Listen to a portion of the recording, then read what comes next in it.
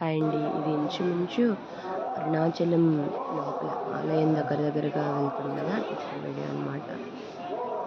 మామూలుగా కొన్ని టెంపుల్స్‌లో mobiles allow ఉండవు. బట్ అరుణాచలంలో మొబైల్ అలౌ ఉంది. సో, లోపల దగ్గరికి వెళ్తూ ఉండగా తీసిన వీడియో అనమాట. అంతకంటే అంటే టెంపుల్ లోపల గర్భాలయానికి దగ్గర. గర్భాలయంలో తీయలేదు గానీ, గర్భాలయానికి దగ్గరగా కొన్ని వీడియోస్ కూడా తీశాను. అవి కూడా మీకోసం సెండ్ చేస్తాను చూడండి. బట్ పర్లేదు అనిపిచ్చింది. మరీ అంత కాదు గానీ, ఎంతైనా అసలు అక్కడెక్కడ కూడా మన తెలుగు వర్డ్స్ ఏమీ ఉండవు. అమ్మవారి పేరేంటి, అయ్యవారి పేరేంటి, ఇది చిన్న ఆలయాలుంటాయి కదా! వెనక వైపు, పక్క, ముందు అలాగా. ఏ ఆలయం పైన కూడా ఆ స్వామి యొక్క పేరు మన తెలుగులో అయితే లేదు. అంతా వాళ్ళ తమిళ్ లాంగ్వేజ్‌లోనే ఉంది. అదొక్కటే కొంచెం బాధనిపిచ్చింది. మిగతాది ఓకే. పర్లేదు.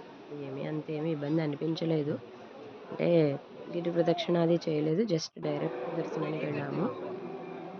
ఏమో నాకైతే అంత పెద్ద అనిపించలేదు. కానీ ఇది మాత్రం చిన్న ఇబ్బంది అని అనిపించింది. అమ్మవారు పేరు గాని, స్వామి పేరు గాని ఓన్లీ తమిళ్‌లోనే ఉంది. తెలుగులో అయితే ఏమీ లేదు.